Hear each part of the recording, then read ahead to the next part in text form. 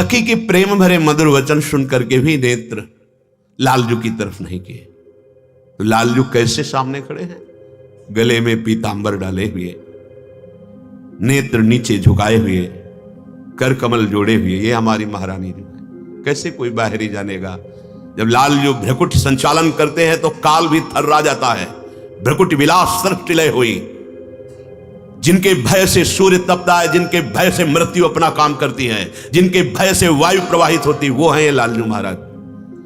धरे ग्रीव पट सन्मुख ठाढ़े, नेकु न कोप निवारे, जिहि आधीन देव सुर नर मुनि, सो दीनता पुकारे। प्यारी जो देखो, ये लालजू महाराज गले में पीतांबर डाल के, हाथ जोड़ करके, ग्रीवा झुका के आपके सामने खड़े हैं। प्यारी जो जानती हो कौन है ये?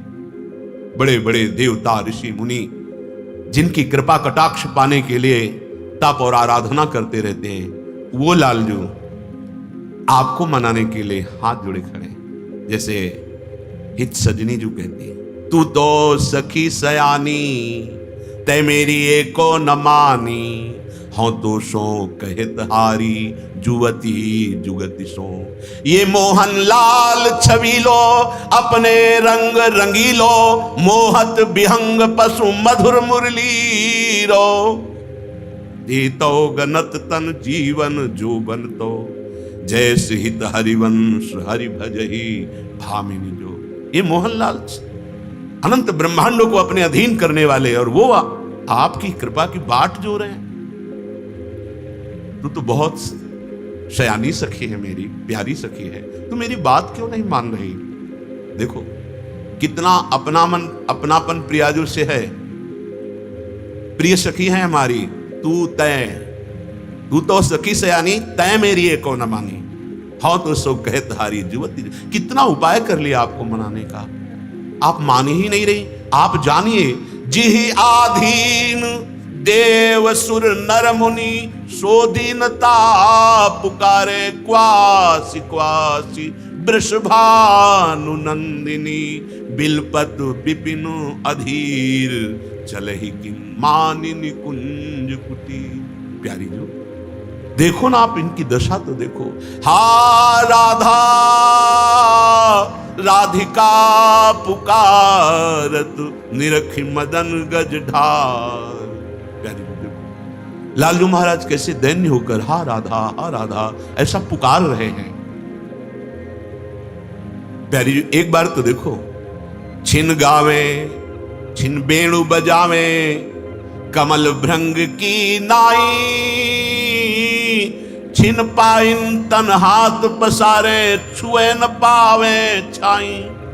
आप देख रहे हो, एक क्षण में आपको रिझाने के लिए गान करते हैं, वंशी बजाते हैं। वो देखो, जैसे भृंग में इतनी ताकत है भौरे में कि कोरे काठ में छेद कर दे, पर प्रीति के कारण वो कमल की पंखुड़ी को नहीं छेद पाता और बंध जाता है। ऐसे ये अनंत ब्रह्मांडों के स्वामी और सामर्थ्यशाली हे लाडली, वे आपके अधीन है। देखो, आपके श्री चरणों में ये अपना मस्तक पधराना चाहते हैं, पर आप अपने चरण समेट लेती हैं, ये छूने को भी नहीं पा रहे हैं। छिनहि ले बलाई भाम की, हे भामिनी, आप देख नहीं रही हो, ये आपकी बलैया ले रहे हैं। हम शपथ पूर्वक कहते हैं कि ये आपके अधीन है, आपको इनसे मार नहीं करना चाहिए। वचन अधीन सदा रहें। ये तो आपकी केवल वाणी मात्र, आज्ञा मात्र को ये तरसते हैं। आप बोलो तो, प्रणत सुंदर सुघर प्राण वल्लभ नवल, वचन अधीन सो इतो कत करिबो। जितहि रुख करे लड़ेती, तितहि आपुन आवे, नाचत जाके डर त्रिभुवन, तिहने कहु मान न चावे। आह लाडली जू, आप जिधर रुख करते हुए उधर चले कर हाथ जोड़कर खड़े दिखाई देते हैं, पर आपको पता होना चाहिए हैं कौन। इनकी जरा सी भ्रकुटी का इशारा पाकर बड़े बड़े लोकपाल घुटनों पे हो जाते हैं। पूरा त्रिभुवन जिनसे भयभीत होता है, ये वो हैं जिनकी आज्ञा पर पूरा त्रिभुवन चलता है। वो जरा सा आप नेत्र नीचे कर लिए तो डरप रहे हैं। जिनके डर से त्रिभुवन डरता है वो आपके मान से डर रहे हैं। महारानी जी, जिन नैननी देखत दुख भूले, ते दुख नैन समोवे, जो मुख कमल सुखनि को दाता, सो मुख नेकु न जो है। जिन नेत्रों का कृपा कटाक्ष ईश्वर कोटि के महापुरुषों को हुआ तो वो सुख में फूल गए। सुखदेव जी, सनकादि, नारद जी, ब्रह्मा जी, भगवान शंकर आदि, जरा सा करुणा कृपा कटाक्ष होता है हरि का तो ये प्रेम में उन्मत्त हो जाते। वो दुख अश्रु भरे नेत्रों से आपकी तरफ देख रहे, वो दुख भरे अश्रु भरे नेत्रों से आपकी तरफ देख रहे, जिनके जरा सा कृपा कटाक्ष से ईश्वर कोटि के महापुरुष आनंद में मगन हो जाते हैं। जिनके मुख कमल की शोभा को देख करके बड़े बड़े ऋषि मुनि तपस्या से जो परम पावन हृदय वाले परमानंद में मगन हो जाते हैं, वो आपके मुख की बाट जो रहे हैं। लाडली जू, जिहि ललाट त्रिभुवन को टीको, सो पाइन तन सोवे, राचहि जाहि सनक अरु शंकर, बिरुचेता ही बिगोवे। आप देख नहीं रहे, इनका मस्तक आपके चरणों के समीप रखा हुआ है, पर आपको हमें बता रहे हैं कि ये मस्तक कौन का है। जिनके चरणों में स्वयं भगवान शंकर और सनक सनंदन सनातन कुमार और ब्रह्मा अपना ललाट घसते हैं, ये वो हरि, वो कृष्ण आपके चरणों में अपना मस्तक, जिहि ललाट त्रिभुवन को टीको, सो पाइन तन सोवे। लाडली जी, वो मस्तक आपके चरणों में रखा हुआ है। जिनके चरणों में भगवान शंकर, ब्रह्मादि, सनकादि, ध्येयम सदा परिभवनम अभीष्ट दोहम, तीर्थास्पदम सुविरंति नुतम शरण्यम। प्यारी जू, अब तो कृपा करके आप देख लीजिए। करुणामयी, एते मान भये बस मोहन, बोलत कटुक डराई, दीपक प्रेम क्रोध मारुत छिनु, पर सत जनि बुझ जाई। हे मेरे प्राणनाथ श्री लालजू महाराज की प्राण जीवनी शक्ति, अगर आपने ये कठोर रुखाई की तो ये प्रेम का दीपक कहीं आपकी कठोर रुखाई में ये बुझने की सीमा में ना जाए। अर्थात लालजू के प्राण आप में बसे, यदि आप रूठ गई तो आप आगे की बात समझ लीजिए। हो डरनी कछु कही न सकत, एक बात सकोचन, बड़ा संकोच लग रहा है, डर भी लग रहा है। मत मुरली अंतर तो गावत, जागृत शयन तवाकृत सूचन। बड़ा मृदु कटाक्ष हो रहा है। रात दिन वो राधा राधा रट रहे हैं, राधा ध्यान में मगन है, मुझे डर है कहीं वो राधा ना बन जाए। फिर आप सखी कह रही, हाँ डरनी कछु कही न सकत, एक बात सकोचन। बड़ा संकोच हो रहा है, डर भी लग रहा है। मत मुरली अंतर तो गावत, जागृत शयन तवाकृति सोचन। रात दिन आपका ध्यान धर रहे हो, राधा राधा बोल रहे, तो मुझे डर है कहीं राधा ही स्वरूप को प्राप्त ना हो जाए। इसलिए महारानी एक बार देखो आप लालजू की तरफ। श्री लाडलीजू से सखी विनय करती हुई कि हे स्वामिनी जू, तू तो प्राण प्राण वल्लभ के, वे तू चरण उपासी, सुनी है को चतुर नारी, कत करत प्रेम की हासी। एक बात और कह दूं कि आपके भी ये प्राण वल्लभ है। आप प्राण हैं उनकी, तो वो प्राण हैं आपके। प्यारी जू के जीवन बिहारी जू, तो बिहारी जू के जीवन प्यारी जू। वो आपके चरणों की आराधना करते हैं।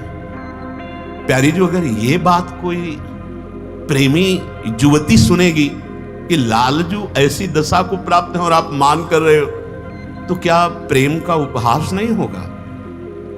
ज्यों ज्यों मौन गही तुम, उनके बाढ़ी आतुरताई। जैसे जैसे आप मौन धारण कर रही हो, वैसे वैसे आतुरता बढ़ रही है। प्यारी जू, इनकी विशेष आतुरता अब इनके लिए ठीक नहीं है और वो आपको पसंद नहीं आएगी, क्योंकि वो आपके प्राणनाथ है। प्यारी जू मान नहीं कर रही थी। अतिशय प्रीति होती अंतर्गति, यश हित हरिवंश चली मुकुलित मन। श्रवणेंद्री पे शब्द पड़े, प्राणनाथ लालू, तत्काल नेत्र खोले। लालू की दैन्यता, प्रियता, परमाशक्ति लाडली लाल हृदय से आगे का लीला का वर्णन करते। वृंदारण्य कदम्ब द्रुम कांडैर विनिहितो त्रिभंगोत्तनु स्मेराधर मधुरेणु कृष्णो में हृदय सहराधया स्मरतु। दोनों गलबैया डाले ही कदम्ब कुंज में आए। बहुत ही विशाल हरित, हर समय वृंदावन में बसंत ऋतु रहती है, इसलिए खिले हुए कदम्ब के पुष्प और सुगंध से भरा वातावरण, और नीचे ऐसा स्फटिक मणि का चबूतरा जिसमें सुंदर सुंदर कोमल पल्लवों और पुष्पों की सैया लगी हुई। श्री लालजू महाराज ललित त्रिभंगी भाव से उस कदम्ब के चबूतरे पर खड़े हुए, प्यारी जो पार्श्व में विराजमान है। इसमें राधर मधुरेणु कृष्णों में हृदय सह राधया। अब लाडली जो प्रसन्न है इसलिए बंशी वादन किया। कदम्ब के नीचे त्रिभंग तनु, 3 जगह से टेढ़े होकर श्री चरणों का ऐसे, कमर का और ग्रीवा का, मानो ऐसा लगता है कि ये प्रेमामृत के मूल बंशी अधरों पर धारण करते ही लालजू वजन नहीं सह पाते। ग्रीवा झुक गई, कमर झुक गई और श्री चरण टेढ़े हुए, अधरों पर विराजमान करके अद्भुत वंशी ध्वनि और प्यारी जू का नाम उच्चारण कर रहे, राधा राधा। वृंदारण्य कदम्ब द्रुम कांडैर विनिहित त्रिभंग तनु। क्या सुंदर होगा, भावना करो। समान लंबाई और चौड़ाई, वृंदावन की कुंज में जितने लता हैं, ये वृंदा देवी के शासन से वैसा ही स्वरूप धारण करते हैं। जिस समय प्यारे जू को जैसे सुख का वर्धन, ऐसा नहीं किसी की एक डाल बड़ी किसी की छोटी, सब 9 किशोर, सब समान, और सब एक पत्ते की कांति के बराबर वैकुंठ नहीं। ये हम नहीं कह रहे, ध्रुवदास जी कह रहे।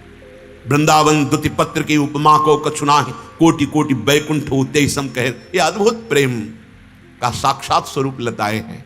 वैभव का स्वरूप वैकुंठ है, महामाधुरी का स्वरूप वृंदावन। इसीलिए कहीं तारतम्य नहीं, रज की तुल वैकुंठ नहीं और लोक की माए। ऐसे कदम्ब कुंज में एक कदम्ब के नीचे सुंदर अद्भुत चबूतरे पर जहां पुष्प और पल्लवों की शैया है, वहां लालजू महाराज ललित त्रिभंगी तनु नटवर बपु से विराजमान।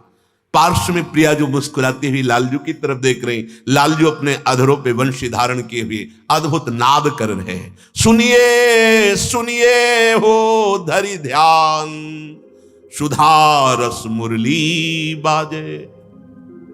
रसमूल मुरलिका आनंदिनी, ये वंशी महामाधुर्य रस की मूल है। इसी से प्रेम का प्रादुर्भाव होता है। ब्रजलीला में जिस समय लालजू महाराज ने वंशी में क्लीं इस प्रेम बीज का उच्चारण किया, गोपियां आई ब्रजनार सुनत बंसीरो, गृहपति बंधु विसारे, दर्शन मदन गोपाल मनोहर मन चित्ताप निवारे। बड़े बड़े महापुरुष साधना के द्वारा अपनी चित्तवृत्ति को रोक करके जिन नंद नंदन के ध्यान में लगाते हैं, पर सहसा वो ध्यान में नहीं आते हैं, उन्हीं नंद नंदन की अनुराग वृत्ति में डूबी हुई बड़ी बड़ी बेड़ियों को, मोह के बंधनों को तत्काल काट कर और उनकी स्मृति को भी छोड़ करके आई ब्रजनार सुनत बंसीरो, गृहपति बंधु विसारे, दर्शन मदन गोपाल मनोहर मन चित्ताप निवारे। हर्षित बदन बंक अवलोकन, सहस मधुर धुनि गावे, मधुमय श्याम समान अधर धरी, मोहन वेणु बजावे। सुनिए सुनिए हो धरि ध्यान, सुधारस मुरली बाजे। श्याम अधर पर बैठी विराजत, शब्द सुरन मिली साजे। सुनिए सुनिए हो धरि ध्यान, सुधारस मुरली बाजे। बिसरी सुधि बुद्धि गति सबहिन, सुनि वेणु मधुर कल गान। मन गति पंगु भई ब्रज जुवती, गंधर्व मोहे तान।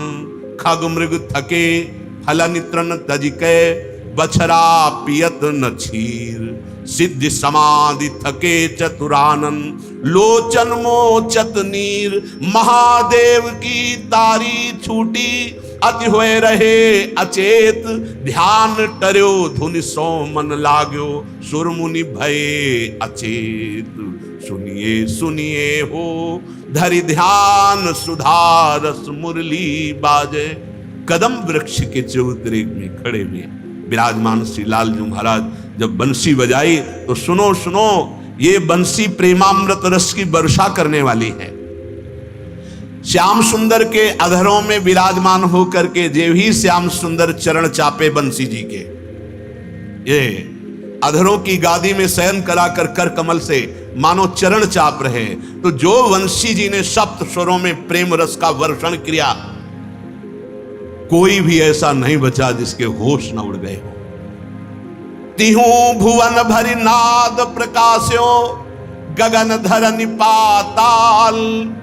थकित भय तारागन सुनिके, चंद भय बेहाल। जिस समय प्रभु रास मंच पर पधारे युगल सरकार, और एक से एक संगीत की स्वामिनी जो प्रियाजू की सखिया है, ताल मृदंग उपंग बजावत प्रफुल्लित होए सख सारी। बीण बेण नूपुर धुन ठुमकत खग मृग दशा बिसारी। यह अपार सुख, जहां ऐसी सुंदरता के सागर लालजू, ऐसी सुंदरता की सीमा प्रियाजू, और ऐसा महाप्रेम समुद्र वृंदावन, और वहां अद्भुत दिव्य संगीत और रास। तो जो तारागण है चलना भूल गए, चंद्रमा भी अपनी गति को भूल गया। श्री लालजू महाराज बहुत सुंदर, बड़े बड़े मुनियों को मोहित करने वाली सुंदरता लालजू, ऐसे लालजू के चित्त को मोहित करने वाली मोहिनी प्रियाजू। आह, नटवर वेश धरे नंद नंदन, निरखी विवश भयो काम। उर्बन माल चरण पंकज लो, नील जलद तनु श्याम। जैसे नवीन जलधर मेघ में बिजली स्थायी विराजमान हो, ऐसे नटवर बपू लालजू के पार्श्व में हमारी प्रियाजू विराजमान। अब कोई उदाहरण नहीं है प्रियालाल का, पर अनुमान के लिए, पर अनुमान बैठता नहीं। प्राकृतिक जलधर और चिदानंद कांति श्री लालजू की, प्राकृतिक इंद्रनीलमणि और श्री लालजू की चिदानंदमयी कांति कैसे तुलना हो सकती है? बस एक इशारा मात्र समझ लो, नहीं तो अनिर्वचनीय प्रेम स्वरूपम। प्रिया प्रीतम का जो श्रीअंग है वो प्रेममय, प्रेम के खिलौना, कैसे उनका वर्णन हो सकता है? लंबी वनमाला युगल सरकार के चरणों तक विराजमान, गले से श्री चरणों तक लंबी माला।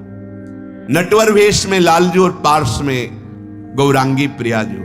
आह, जटित जराव मकर कुंडल छवि, पीत बसन शोभाई। वृंदावन रस रास माधुरी, निरखी सूर बलि जाई।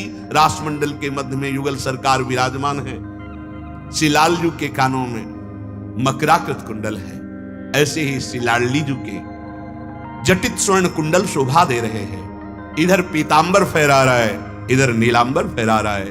वृंदावन के इस रास रस माधुरी को देखकर श्री सूरदास जी कहते हैं, मैं तो बलिहारी हो रहा हूं। तो श्री प्रबोधानंद जी कह रहे हैं, राधया सह स्फुरत में, हे वृंदावन धाम, हे वृंदावन रजरानी, कृपा करो और ये शोभा मेरे हृदय में स्फुरित हो।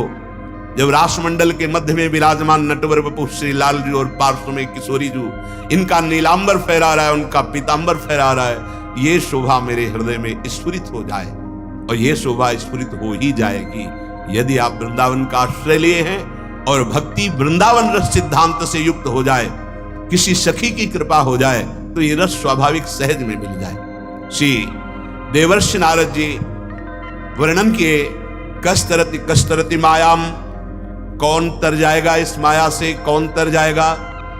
तो उत्तर दिया, यह संगास त्यजति यो महानुभावम सेवते निर्ममो भवति। जो कुसंग का त्याग कर देता है, जो महापुरुषों की सेवा करता है, उनके सानिध्य में, उनकी आज्ञा में रहता है, जो ममता रहित होता है। अगले सूत्र में वर्णन किया, यो विविक्त स्थानम सेवते, जो एकांत सेवन करता है, अर्थात एक के सिवा कोई और भरोसा, कोई और आशा, कोई और चिंतन नहीं, उसे ही एकांत कहते हैं। एक भरोसो, एक बल, एक आस विश्वास, इसी को एकांत कहते हैं। नहीं तो एकांत गुफा और कमरे में प्रपंच चिंतन हो उसे एकांत नहीं कहते। नवीन साधक के लिए तो एकांत बहुत ही खतरा है। जिनकी वृत्ति चढ़ी हुई है तो सभा में भी एकांत रहते हैं, और जिनकी वृत्ति प्रपंच युक्त है वो एकांत कमरे में हो सकता है अपने मार्ग से भ्रमित हो जाएं, कुछ और देखने लगे, कुछ और सोचने लगे, कुछ और करने लगे। यो लोक बंध मुन्मूलयते, जो लौकिक संबंध को जड़ से उखाड़ फेंकता है और नाते नेह राम के मनियत, भगवत संबंध केवल मानता है, माया से उतर जाता है। सच्ची मानिए, जो भगवान श्री राम जी के हृदय की बात गोस्वामी जी लिख रहे हैं, वो कह रहे, जननी जनक बंधु सुत दारा, तन धन धाम सुहृद परिवारा, सबकी ममता ताग बटोरी, मम पद मन बांध बर डोरी। इनकी ममता से कैसे हटा जाता जानते हो? इनको छोड़ के नहीं, इनकी सेवा करके एकदम राग खत्म हो जाएगा। पुत्र में गोपाल जी को देखो, पत्नी में गोविंद जी को देखो, और अपने कर्तव्य का पालन करो। देख लेना, अंतर से तुम राग रहित होकर प्रीति को प्राप्त हो जाओगे। और छोड़कर भागो तो भागे तो भरत जी फंस गए हिरण के बच्चे में, अपने बच्चों का त्याग कर दिया, पर हिरण के बच्चे में फंस गए, अगला जन्म हिरण का हो गया। अगर वैराग्य, तो फिर राग रहित स्थिति हर समय होनी चाहिए। न किसी वस्तु, न किसी व्यक्ति, न किसी स्थान, न किसी पद, कहीं नहीं होनी चाहिए।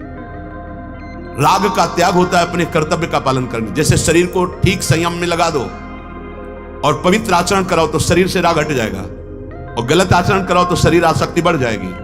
गलत व्यवहार पारिवारिक जनों के साथ करोगे, तुम्हारी आसक्ति बढ़ जाएगी। हम कुछ भी बोल सकते हैं, हम कुछ भी कर सकते हैं, हमारा परिवार है। और जब आप भगवत भाव से रखोगे तो आपको यह लगेगा, नाथ सकल संपदा तुम्हारी, मैं सेवक समेत सुतनारी। पार हो जाओगे, अनुराग को प्राप्त हो जाओगे। यो लोक बंध मुन्मूलयति, जो जड़ से उखाड़ फेंकता है लोक संबंधों को, आप नहीं उखाड़ सकते हो। तो आपको भगवान गुरुदेव रूप से उपदेश करते हैं, मिल जाते हैं, बताते हैं, आप ऐसे चलो, ऐसे चलो। आप बिना सोच विचार किए उनकी बात मान लीजिए, आप देखिए कैसे आप आगे बढ़ जाते हैं। आप अगर विचार करेंगे तो आपके सलाहकार गलत है, मन और बुद्धि, विश्वास कीजिए। आप अगर संतवाणी, गुरुवाणी, शास्त्रवाणी के अनुसार चलेंगे तो आप निकल जाएंगे, आपको कोई नहीं फंसा पाएगा। निस्त्रिगुण्यो भवति, तुम त्रिगुणातीत हो जाओ। स्थूल सूक्ष्म कारण ये तीनों माया रचित हैं, अपना स्वरूप माया मुक्त है। त्रिगुणातीत पुरुष अपने स्वरूप में स्थित रहता है या भगवान के अनुराग में। निस्त्रिगुण्यो भवति, भगवान ने गीता जी में कहा है, त्रिगुण्य विषया वेदा निस्त्रिगुण्य भवा अर्जुन। अर्जुन तुम त्रिगुणातीत हो जाओ।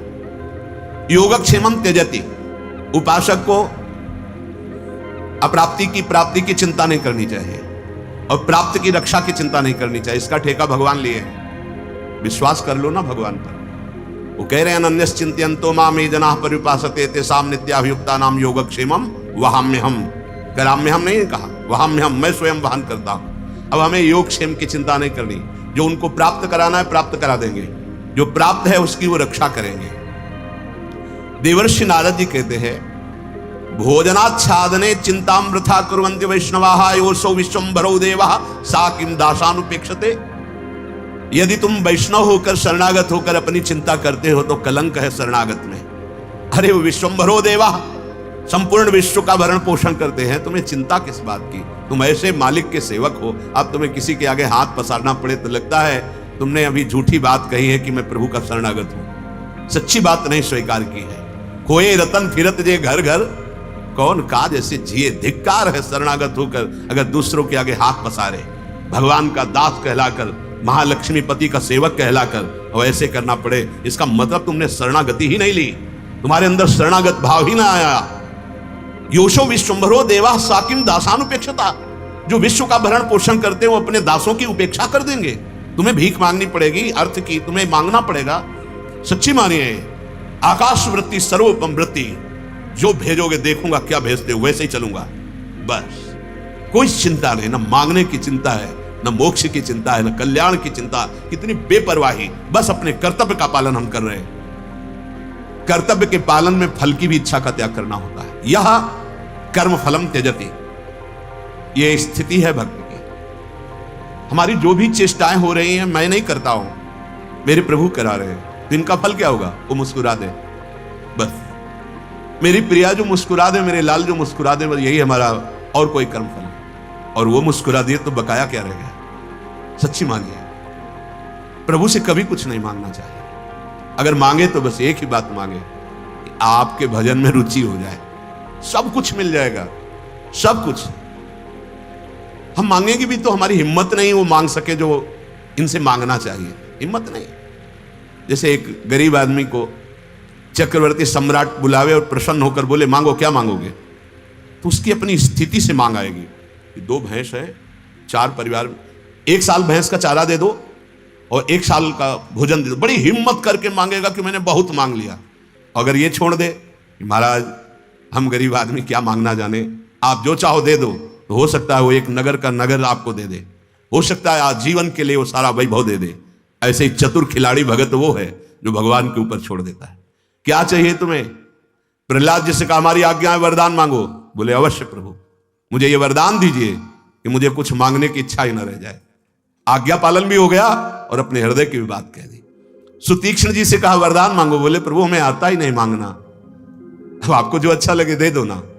नरसी जी से कहा वरदान मांगो। बोले प्रभु मुझे कुछ अच्छा ही नहीं लगता, आपको जो अच्छा लगे वो कर दो। तो पहुंचा दिया सीधे रास विलास में। बैठ गए सुतीक्ष्ण जी के हृदय में सिया राम जी सदा सदा के लिए। फिर क्या कमी, जाके राम धनी वाके कौन कमी। हमको प्रभु से मांगना भी नहीं आता। अगर मांगे तो सिर्फ एक बात मांगे, जैसा हमारे यहाँ संध्या में गाया जाता है, बिसरी हो ना बिसारी हो यही दान मोहि देव। मैं आपको भूलूं नहीं और आप भी कभी कभी याद कर लें कि आपका एक अधम दास है प्रभु, बस इतना ही चाहिए। इससे बड़ी चतुराई और कोई नहीं अगर ये मांग ले तो। ये संपूर्ण कर्म सब प्रकार से प्रकृति के गुणों के द्वारा हो रहे हैं, परंतु ये अहंकारी मूढ़ मनुष्य, मोहित अंतःकरण वाला, मैं करता हूं ऐसा मान लेता है, इसीलिए वो दंड का भागी होता है।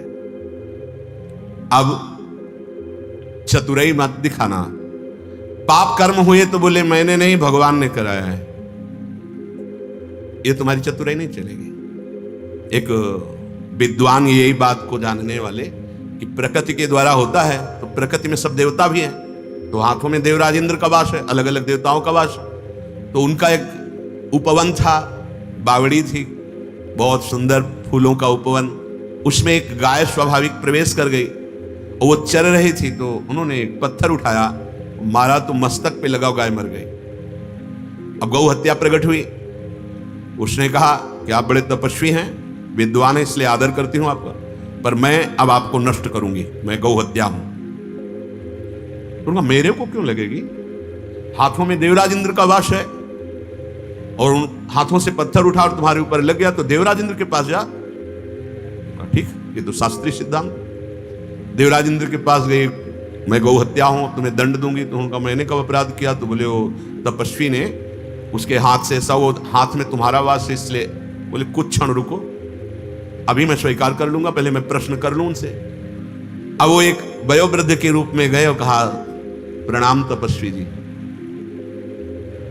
बहुत सुंदर वाटिका है, किसने बनाई? बोले मैंने। इतने सुंदर सुंदर फूल किसने लगाए? मैंने। इन सबका सिंचन कौन करता है? मैंने। ये बावड़ी बहुत सुंदर बनी है, किसने? ये सारा का सारा मेरा और मैंने किया। बोले गौ हत्या किसने की? गौ हत्या इंद्र ने की।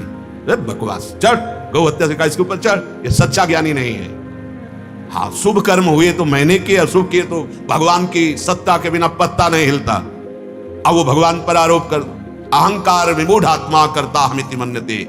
ये अंतःकरण से मोहित हुए मोह अज्ञान के द्वारा वो अपने को कर्ता मानता है और इसी कर्ता भाव से उसे ये पुनरपि जननम पुनरपि मरणम पुनरपि जननी जठरे शयनम, इससे मुक्त होने के लिए दोनों उपाय है, एक ज्ञान का उपाय है और एक भक्ति का उपाय। भक्ति का उपाय समस्त कर्मों को शास्त्र के अनुसार करते हुए भगवान को अर्पित कर दो, बंधन मुक्त हो जाओगे।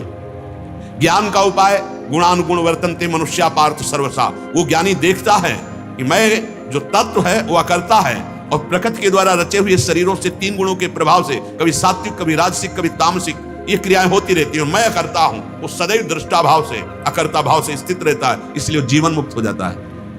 ये बड़ी महिमा है। वो खाता हुआ, पीता हुआ, चलता हुआ, फिरता हुआ, करता हुआ क्रियाएं कुछ नहीं करता, कोई बंधन नहीं। तभी तो परम विशुद्ध ज्ञान कहा जाता है। और यही भक्ति में है कि वो देखता है भगवान की सामर्थ्य से, भगवान की प्रेरणा से हो रहा है और सब कर्म भगवान को समर्पित करता है। जब भगवान की प्रेरणा होती है तब अशुभ कर्म नहीं होते, जब अहंकार की प्रेरणा होती है तो पाप कर्म बनते हैं। इसलिए जब तक हमारे अंदर मूढ़ता है तब तक हमको दंड मिलेगा कर्म का, और जहां ये मूढ़ता हटी तो तत्काल सब कर्म भस्म हो जाते हैं। संचित कर्म क्रियमाण प्रारब्ध की क्षमता नहीं रहती उस महापुरुष को दुख दे सके। बड़ा अद्भुत, इसीलिए तो अध्यात्म ही समस्त दुख की निवृत्ति का हेतु है। अहंकार विमूढ़ात्मा एक अहंकार अंतःकरण की वृत्ति में है, बुद्धि, मन, चित्त और अहंकार। ये बहुत दूषित अहंकार है। देहाभिमान, जो मैं स्त्री हूं, मैं पुरुष हूं, मैं विद्वान हूं, मैं धनवान हूं, मैं कुलवान हूं, ये अंतःकरण के अहंकार की वृत्ति, इसी को समता में लाना होता है। स्वरूप तो सम रहता है सबका ही। जैसे एक विद्वान आए थे, उन्होंने प्रश्न किया कि ये जो मैं ब्रह्म हूं, मैं तो अंतःकरण के अंतर्गत का है, तो साधना अंतःकरण की समता के लिए है, स्वरूप की समता के लिए नहीं। स्वरूप तो समता है, रहेगा, उसमें कभी विषमता नहीं आई। विषमता अंतःकरण में आई। सिद्ध वही है जो अंतःकरण को सम कर ले। इंद्रिय, मन, बुद्धि, चित्त, अहंकार संपूर्ण सब उस परम तत्व में लय हो रहे हैं। ये बड़ा गूढ़ विषय है, तो इसको इस तरह से ले लो, श्री भगवान में लग रहे हैं। ये अज्ञान की वृत्ति है। अंतःकरण में जो अहंकार है उसका स्फुरण होता है तो वो भासता है, मैं गुणवान, मैं धनवान, मैं बुद्धिमान, मैं रूपवान, मैं जवान, मैं, ये जितना मैं यही बंधन कारक है। यही हमको नाना प्रकार की योनियों में ले जाएगा। इसी को मिटाना होता है, चाहे भक्ति से मिटे या ज्ञान से मिटे। भूल से आत्मस्वरूप का विस्मरण होकर अंतःकरण के मैं धर्म में स्थित होकर के दुर्गति को प्राप्त होता है, उसे विमूढ़ आत्मा कहते हैं, चाहे जितना शास्त्र ज्ञानी हो। अहम, वास्तविक अहम, वो आत्मस्वरूप है, उसके आगे कुछ नहीं लगता। जो मैं है उसके आगे कुछ नहीं लगता, और जिस मैं के आगे कुछ लगता है वो अंतःकरण का बंधन युक्त मैं है। मैं अमुक हूं, मैं अमुक हूं, मैं अमुक। जो शुद्ध मैं है आत्मस्वरूप, उसके आगे कुछ नहीं लगता, प्रकृति का कुछ नहीं। मैं ब्रह्म हूं तो इसमें मैं मायाकृत है, ब्रह्म बस केवल मैं हूं ये मायाकृत है, ब्रह्म ये माया रहित है। बड़ा विशुद्ध ज्ञान का सूक्ष्म स्वरूप है। जो वास्तविक अहम है मैं, जिसके आगे कुछ नहीं लगता, वो आत्मस्वरूप है। और एक अवास्तविक माना हुआ अहम है, मैं ये अवास्तविक माना हुआ अहम है, यही बंधन है। जब तक ये रहता तब तक मूढ़ता बनी रहती, कोई कितना भी विद्वान हो। कर्ताहमिति मन्यते,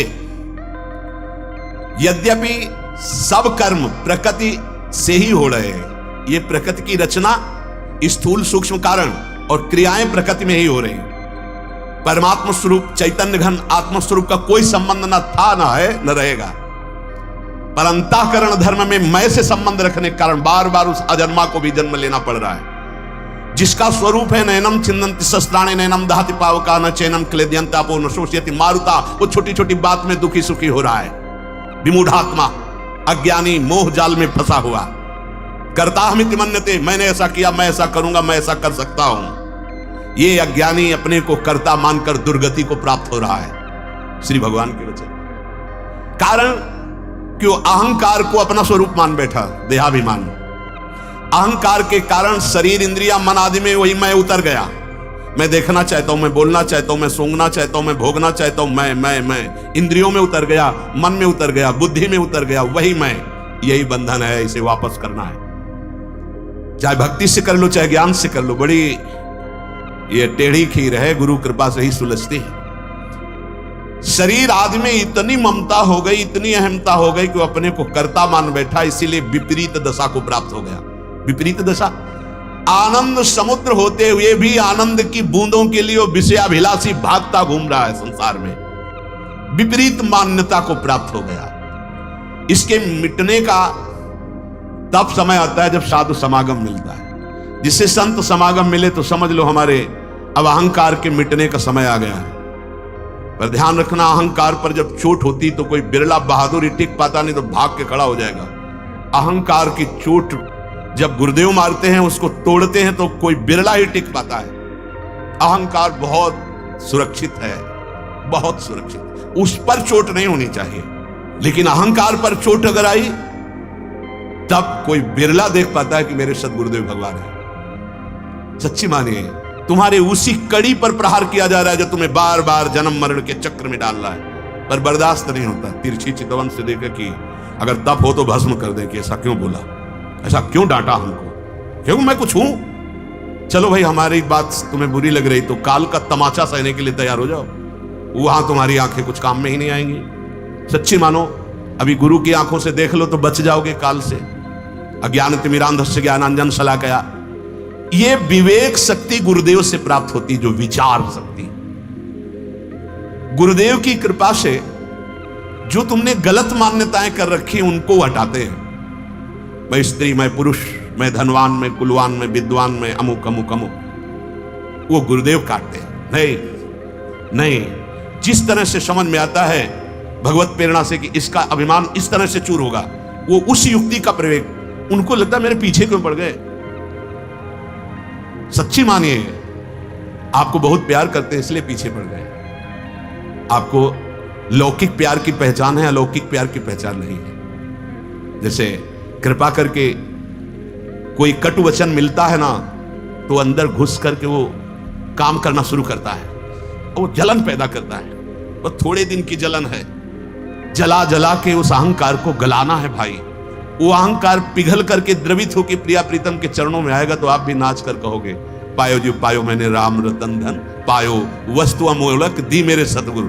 मैं तो फेंक रहा था, पर गुरु कृपा से पहचान हो गई कि ये क्या मिल गई, वस्तु अमोलक दी मेरे सतगुरु।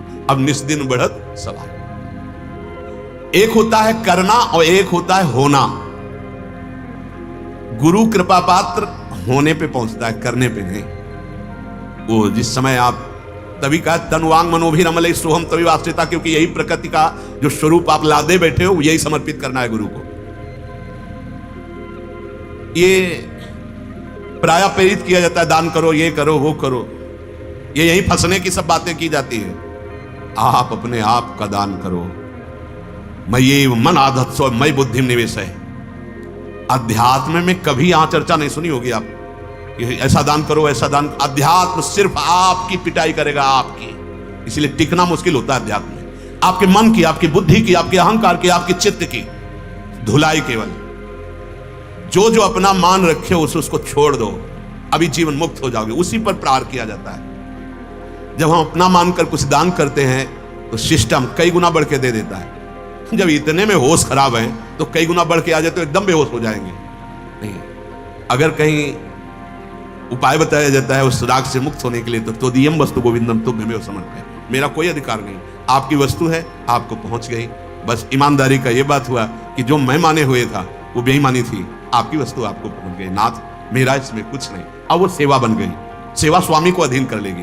दान जो भागवतिक सिस्टम हो आपको कई गुना बढ़कर दे देगा। दान से कल्याण होने वाला नहीं, एक शुभ कर्म है वो। अपने मन का दान करो, अपनी बुद्धि का। भगवान कह रहे हैं मैं ये वो मन आदत सो मैं बुद्ध, और ये कोई बिरड़ा ही करना चाहता है। बड़ी सफाई से प्रश्न किया जाता है कि हमको उत्तर वो दो जिससे हम सांसारिक भोग भोगते हुए परमानंद को प्राप्त हो जाए। असंभव, कैसे हो सकता है? वही मन जो विषयों का चिंतन कर रहा है वो भगवदानंद में कैसे डूब सकता है? विषयों का चिंतन करता रहा है, अब अनन्यस चिंतयन्तो माम, अब प्रभु का चिंतन करना है। जिस प्रकार समुद्र का अंश लहर है, लहर और समुद्र में बिल्कुल एकता है, कोई अंतर नहीं, ऐसे ही आनंद समुद्र भगवान का अंश है जीव। इसमें और भगवान में कोई अंतर नहीं भाई। वायु विकार हटा तो लहर समुद्र थी, समुद्र है, समुद्र रहेगी, और समुद्र में ही वो लहर है। तुम भगवत स्वरूप थे, भगवत स्वरूप हो, भगवत स्वरूप रहोगे। बस ये विकार जो माया का घुस गया है, अहंकार विमूढ़ आत्मा करता हमित, ये विमूढ़ता जो घुस गई है अंदर, इसी को निकालने के लिए सत्संग हो रहा है। इसी को गुरु कृपा, संत कृपा, शास्त्र कृपा निकाल देती है। ये शरीर संसार सजाती है, स्वरूप भगवान सजाती है। जिस जाति के, जिस पदार्थ के भगवान, उसी पदार्थ का मैं। वो अविनाशी तो अविनाशी, वो चैतन्य घन तो चैतन्य घन, वो निर्मल तो ये निर्मल, चैतन्य अमल सहज सुख राशि, वो सुख राशि जो आनंद सिंधु सुख राशि, वही सुख राशि है। भूल गए, इस शरीर से इतनी ममता हो गई कि अपने अंशी को भूल गए, अपने स्वरूप को भूल गए। मैं मान लिया प्रकृति को, अस्तित्व बना लिया प्रकृति को। हमारा परिचय प्रकृति से। देखो ना, कहां पैदा हुए हो, कौन जाति के हो, क्या नाम है, किस पद में हो, ये सब प्रकृति का परिचय है। मैं कौन हूं, वो बोल रहे हैं कि अमुक हूं, अमुक हूं, अमुक ईश्वर हूं। शब्दों का प्रयोग होता है ना, अमुक हूं मैं, इतना मंडल और इतना ऐसा नहीं। इतने छोटे में क्यों आ गए भाई? या तो इतने बड़े बनो कि आपसे बड़ा कोई रह ना जाए, ब्रह्म तो समस्या का समाधान, या इतने छोटे हो जाओ कि आपसे छोटा कोई न, त्रणादपि सुनी चेन भक्ति, और इतने बड़े हो जाओ ज्ञान। ये बीच में काहे को पिस रहे हो? बीच से हटो, या तो एकदम आओ किनारे और या तो एकदम बाहर हो। इतने बड़े बन जाओ, संपूर्ण सृष्टि को अपने में संभालो, या इतने छोटे हो जाओ कि सृष्टि में आपसे छोटा कोई ना हो, निकल जाओगे। ये बीच में फंस गए। अपना अस्तित्व जो प्रकृति से लेकर समझा जा रहा है, यही बंधन है। बंधन क्या है?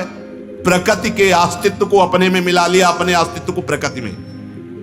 मैं गोरा, मैं काला, मैं विद्वान, मैं ये सब प्रकृति का है, समझो। जो अविनाशी चैतन्य घन आपका स्वरूप है, उसको भूल गए। साधना काल में साधक को यह अहम कार्य बहुत परेशान करता है। मैं इतने वर्ष से अन्न नहीं खाया हूं, तो हो क्या जाएगा? इतने पक्षी हैं जो जीवन भर फलाहार करते हैं, भगवत साक्षात्कार कर लेंगे क्या? मैं जितेंद्रिय हूं, तो जो नपुंसक हैं उनको भगवत साक्षात्कार हो जाएगा क्या? मैं केवल जल पीता हूं, तो जलचर जी उनको भगवत साक्षात्कार हो जाएगा क्या? नहीं, मैंने इतना भारत का, तो कितने पक्षी उड़ते रहते हैं, उनको भगवत प्राप्ति हो जाएगी क्या? सीधी बात समझो।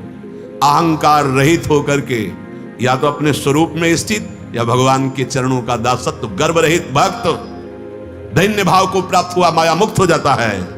या अहम में स्थित हुआ, शुद्ध स्वरूप में स्थित हुआ महापुरुष, जीवन मुक्त महापुरुष कहा जाता है। और बीच में अहंकार अंतःकरण का लेकर जो प्रकृति से संबंधित बात की जाती, सब परिचय इसी का देते हैं।